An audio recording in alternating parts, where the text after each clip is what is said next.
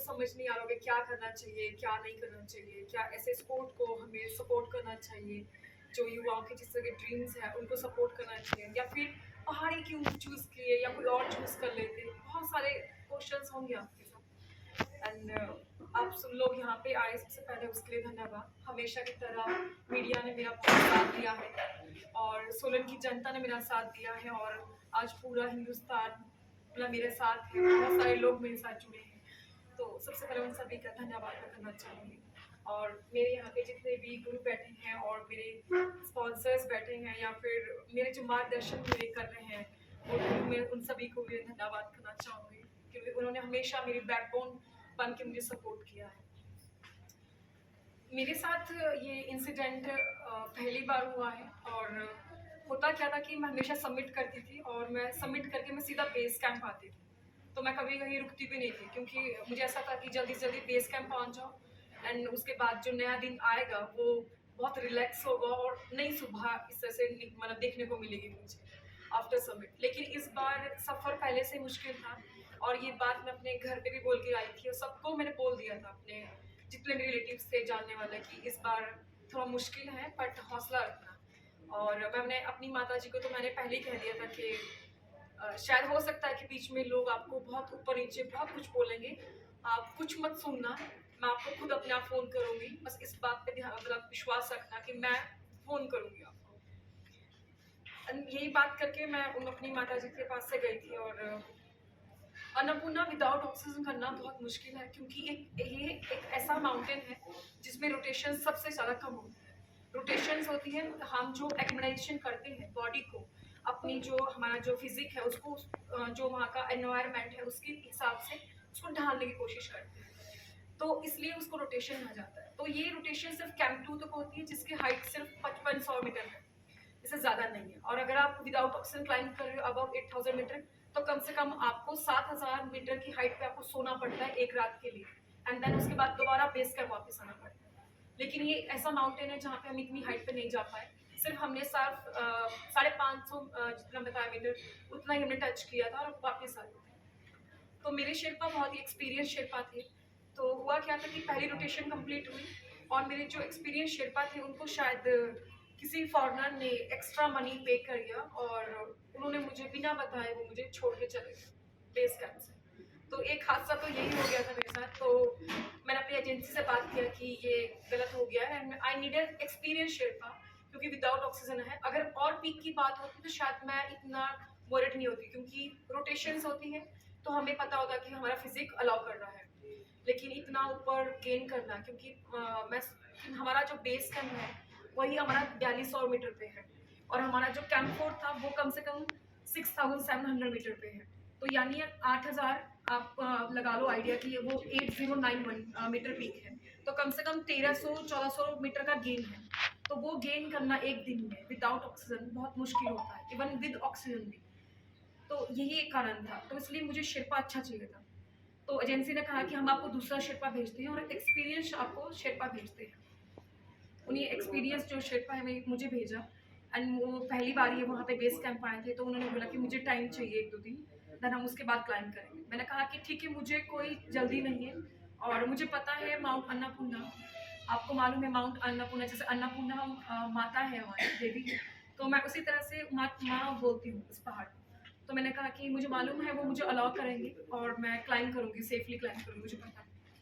तो कोई जल्दी नहीं है, दाई आप आराम से करो। तो एक्लिमेटाइजेशन किया हमने बेस कैंप में, एंड हमने स्टार्ट किया एक्सपीडिशन दोबारा से। तो उन्होंने मुझे कहा कि बलजीत मेरे साथ एक पोर्टर जाएगा। पोर्टर यानी जो सिर्फ सामान ढोने के लिए आते हैं, बेस कैंप तक आते हैं या कैंप 4 तक तो नहीं पहुँचते, कैंप 3 तक टच करते हैं, उससे ऊपर नहीं जाते। लेकिन वो पोर्टर अगले साल शेरपा का काम करेगा, तो हम उसको ट्रेन कर रहे हैं, तो वो हमारे साथ जाएगा सबमिट करने के लिए। मैंने कहा कोई प्रॉब्लम नहीं है, मुझे आप चाहिए, मुझे एक ऐसा पर्सन चाहिए अपने साथ, मुझे सामान ढोने के लिए पर्सन नहीं चाहिए अपने साथ, मुझे साथ चलने के लिए पर्सन चाहिए, कि अगर ऐसा भी हो बीच रास्ते में कि अगर मैं अपना मानसिक संतुलन थोड़ा बहुत खो दूँ, यानी हेलुसिनेशन यानी मुझे हो जाए, या फिर कुछ भी इस तरह की चीज़ें हो जाए, या फिर कुछ भी मतलब हो जाए मेरे साथ ट्रेजेडी, तो मेरे को ऐसा चाहिए कि जो स्ट्रॉन्ग डिसीजन, जो वाइज डिसीजन ले सके, वो बंदा मुझे चाहिए। तो उन्होंने मुझे कहा कि ठीक है, मैं चलूँगा आपके साथ, मैं आपके साथ ही हूँ, लेकिन वो बंदा भी हमारे साथ जाएगा। मैंने बोला ठीक है। तो हम कैंप 4 तक हम तीनों एक साथ आए। 15 तारीख को हम कैंप 4 पहुंचे और 16 तारीख को 3 बजे हमें निकलना था कैंप 4 से समिट के लिए दिन में, क्योंकि मैं विदाउट ऑक्सीजन थी और लॉन्ग पूरा रास्ता बहुत लंबा था, तो हमें जल्दी निकलना था ताकि पूरी रात में तो क्योंकि क्लाइंब करना था तो थकूँ ना मैं और जल्दी से पहुंच जाऊं और पीछे भी ना पिछड़ूँ भी ना मैं और लोगों से। तो क्योंकि स्लो हो जाती है जब आप विदाउट ऑक्सीजन करते हो, तो आपका स्पीड बहुत ज़्यादा स्लो हो जाती है, आपको बहुत ज़्यादा ठंड लगती है, आपको नींद आना स्टार्ट हो जाती है, मतलब ये चीज़ें आपके साथ नॉर्मल होता है विदाउट ऑक्सीजन। तो मैंने कहा कि ठीक है, और उन्होंने कहा कि आप एक काम करो, आप और पोर्टर जो एक्सपीरियंस शेफा, उन्होंने मुझे कहा कि आप और पोर्टर आगे चले जाओ, मैं पीछे से आता हूँ।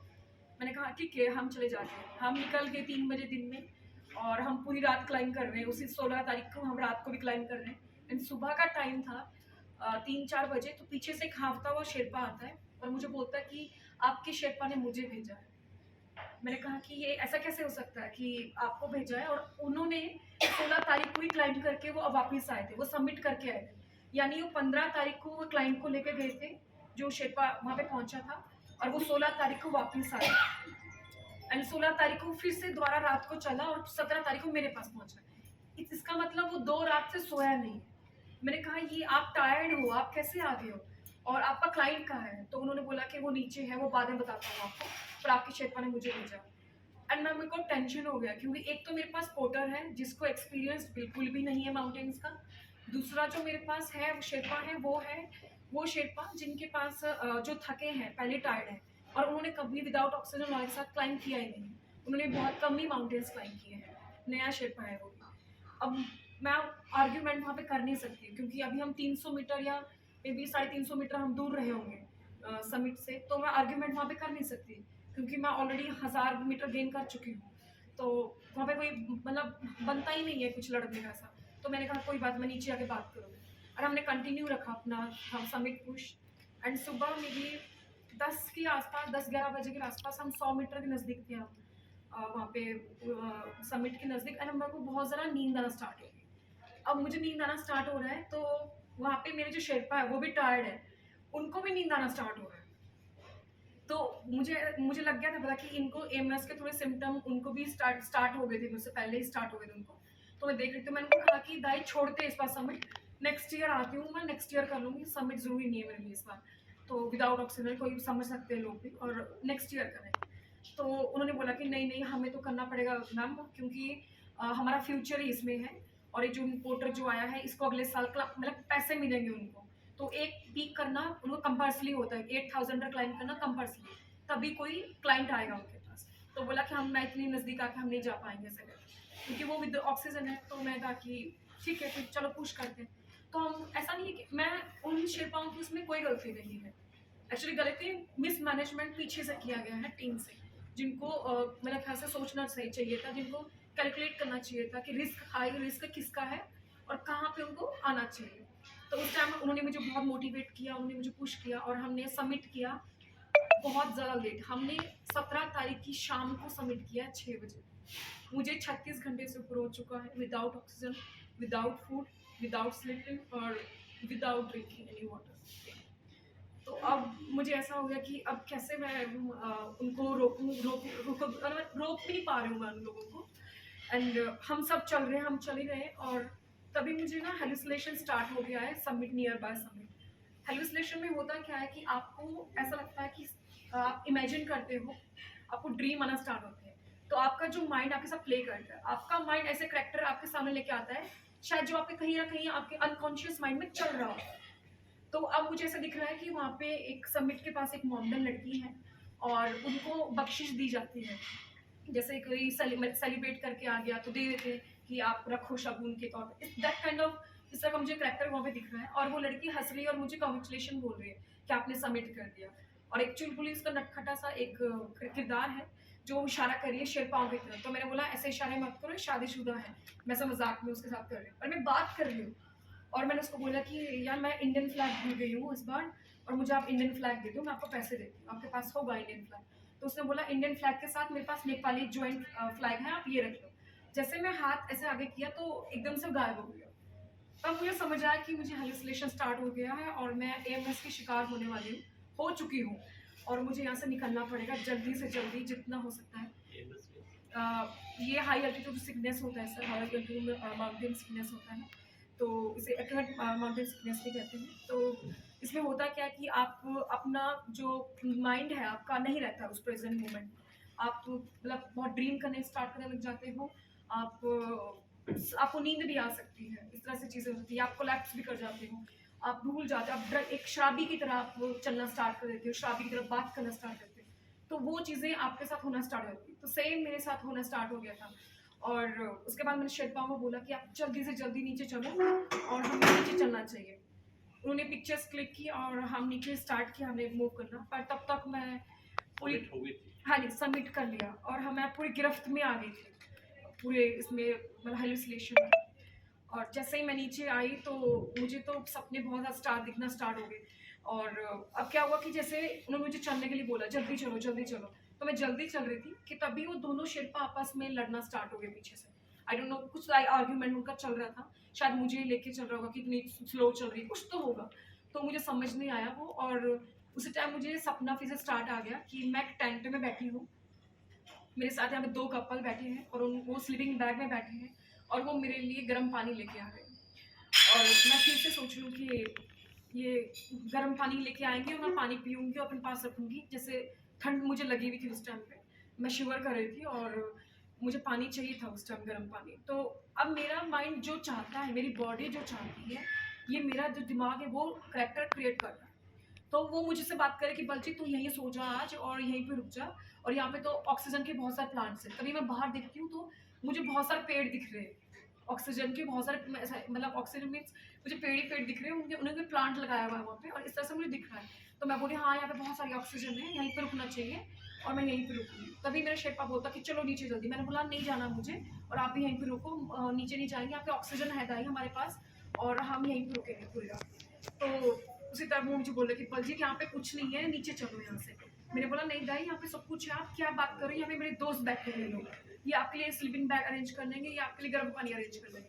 मैं सिर्फ बातें उनके साथ कर रही हूँ और उसके थोड़ी देर बाद मुझे एकदम से होश आता है कि वहाँ पे कोई नहीं है। तब मैं दिखती हूँ कि चलो चलो शेरपा दाई नीचे चलते हैं। तब मैं खड़ी होती हूँ, उनके साथ निकलती हूँ मैं कम से कम 20 कदम 30 कदम चलती हूँ और फिर से थक के बैठ जाती हूँ और बहुत जोर जोर से सांस लेती हूँ कि मुझे सांस लिया।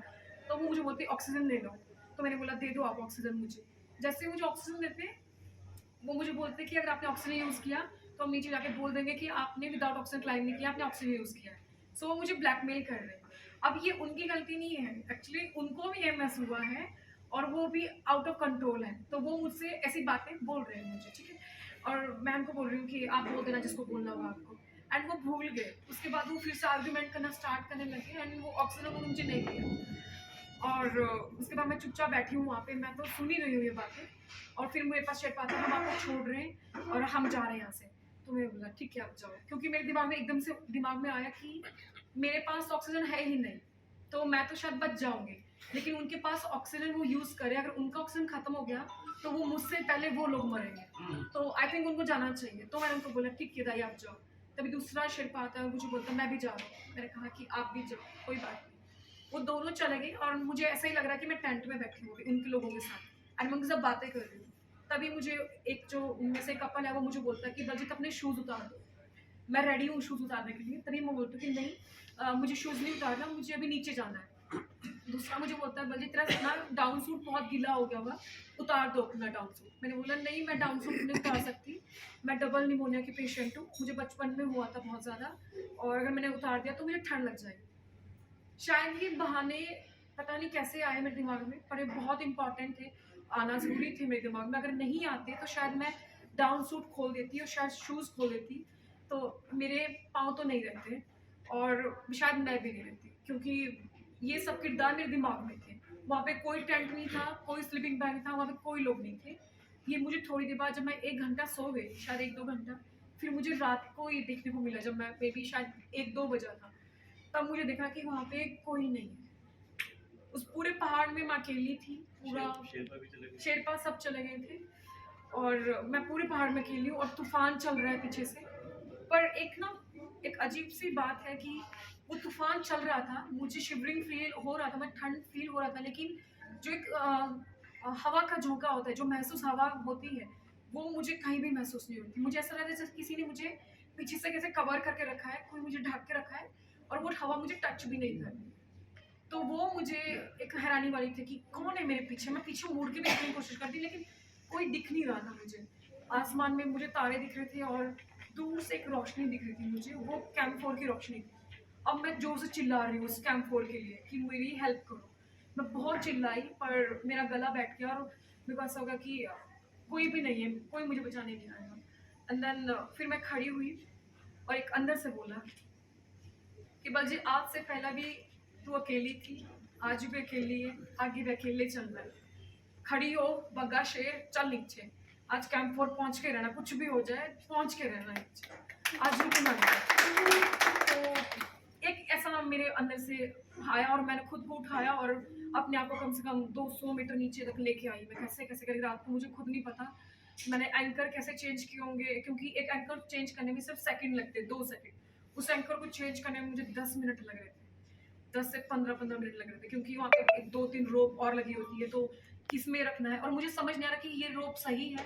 और एक बार तो मुझे ऐसा हुआ कि मैं कौन सी दिशा में जा रही हूँ, मैं नीचे जाना है या ऊपर जाना है, मैं ऐसे कंफ्यूज हो गई। तब मैंने ऐसे देखा कि मेरी ग्रेविटी की साइड को नीचे साइड को है, तो मुझे नीचे क्लाइंब करना है, क्योंकि हेलुसिनेशन में ऐसा होता है कि आपको पता नहीं होता है आपको कहाँ जाना। मैं रूट भूल चुकी थी पूरा, मैं सिर्फ कैंप 4 जानती थी और मैं किसके सहारे थी, रोप के सहारे।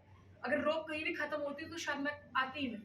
ऐसा तो मैं रोप के सहारे पूरी रात निकल रही हूँ, चल रही हूँ उसके साथ। एंड सुबह का मॉर्निंग का टाइम था, मैं शायद रात को सो गई होगी और सुबह उठी, मैं धूप मेरी आंखों में लगी और मैं देख रही हूँ कि नीचे जो कैंप 4 में सारे के सारे जितने लोग हैं वो जा रहे हैं, जल्दी से जल्दी कैंप खाली करें। मुझे छोटे छोटे दिख रहे हैं वो लोग, तो रास्ते से दिख रहे जा रहे हैं, तो वहाँ पे हेली आ रहे हैं बहुत सारे, तो मैं वो देख रही हूँ कि हेली मेरे लिए क्यों नहीं आ रही। तो एक्चुअली क्या है कि माउंटेन फील्ड में रेस्क्यू लेना बहुत बड़ी बात होती है और अब बुरा मानते हैं लोग, सोचते हैं, बोलते हैं कि कैसे लोग हैं, इतने कैपेबल नहीं थे, स्ट्रांग नहीं है, आ जाते हैं क्लाइंब करने के लिए और बिना एक्सपीरियंस के, बिना ट्रेनिंग के, मतलब इस तरह की चीज़ें कही जाती है। लेकिन उस दिन सच में मेरे पास एनर्जी नहीं थी, क्योंकि मुझे कम से कम 42 आवर्स हो चुके थे बिना सोए, बिना खाए पिए, बिना ऑक्सीजन के।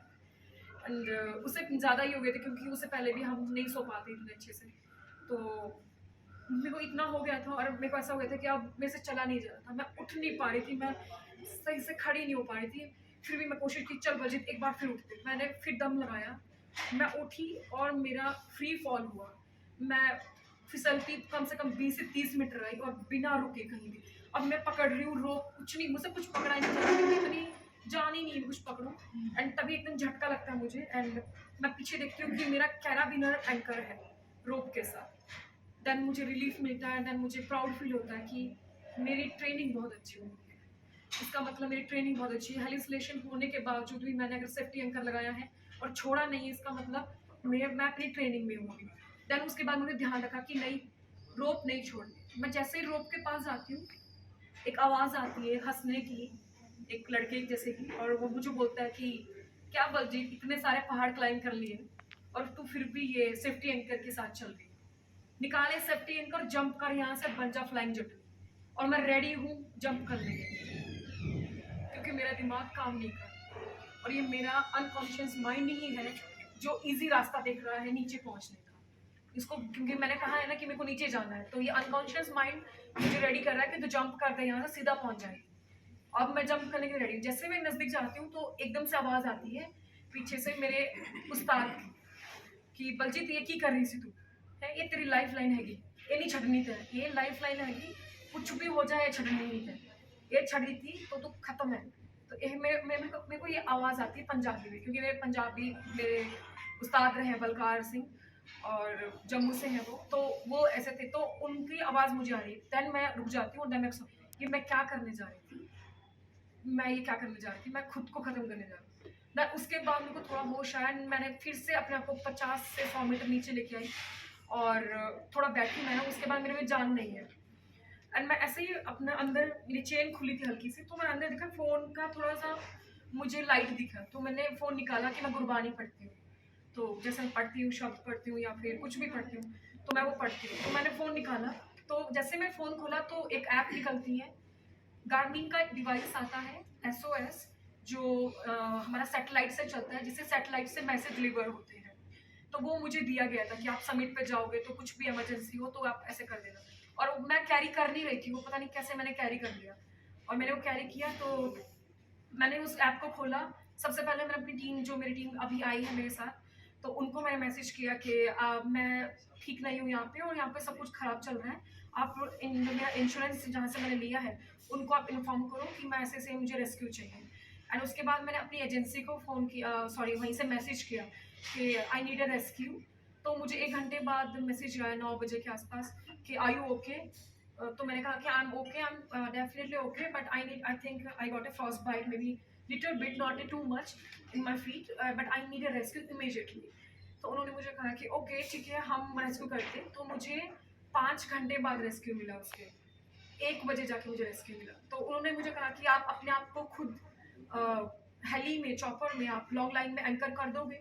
मैंने कहा हाँ कर दोगे। क्योंकि होता क्या है कि जब हेलुसिनेशन होता है तो लोग अपना डाउन सूट उतार देते हैं, ग्लव्स उतार देते हैं, अपने शूज उतार देते हैं, अपना हार्नेस उतार देते हैं, सब कुछ फेंक के इधर उधर फेंक देते हैं। तो उनको लगा शायद, क्योंकि लास्ट ईयर मैं अन्नपूर्णा में थी और अन्नपूर्णा में ऐसा इंसिडेंट हुआ था मेरे, हम खुद वहाँ पे थे उस टाइम पे।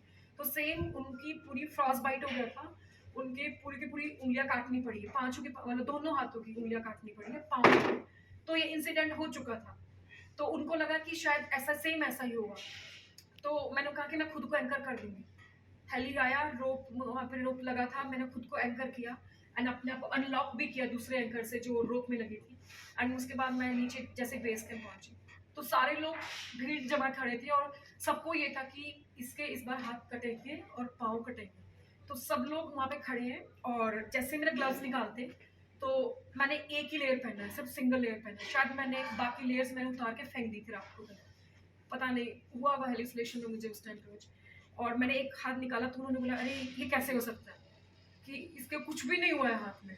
फिर उन्होंने सोचा कि शूज़ में पक्का हुआ होगा, एंड उन्होंने मेरे शूज़ उतारे तो उन्होंने देखा कि अरे ज़रा सा एक चिल ब्लेन हुआ है, इसको फ्रॉस्ट बाइट भी नहीं हुआ है। तो वो सब लोग हैरान थे कि ये कैसे हो सकता है, ये हो ही नहीं सकता कि इतने 48 आवर्स आप रह चुके हो माउंटेन्स में और मिसिंग भी हो आप कम से कम, और खाना पीना सोना सब कुछ भी नहीं किया है।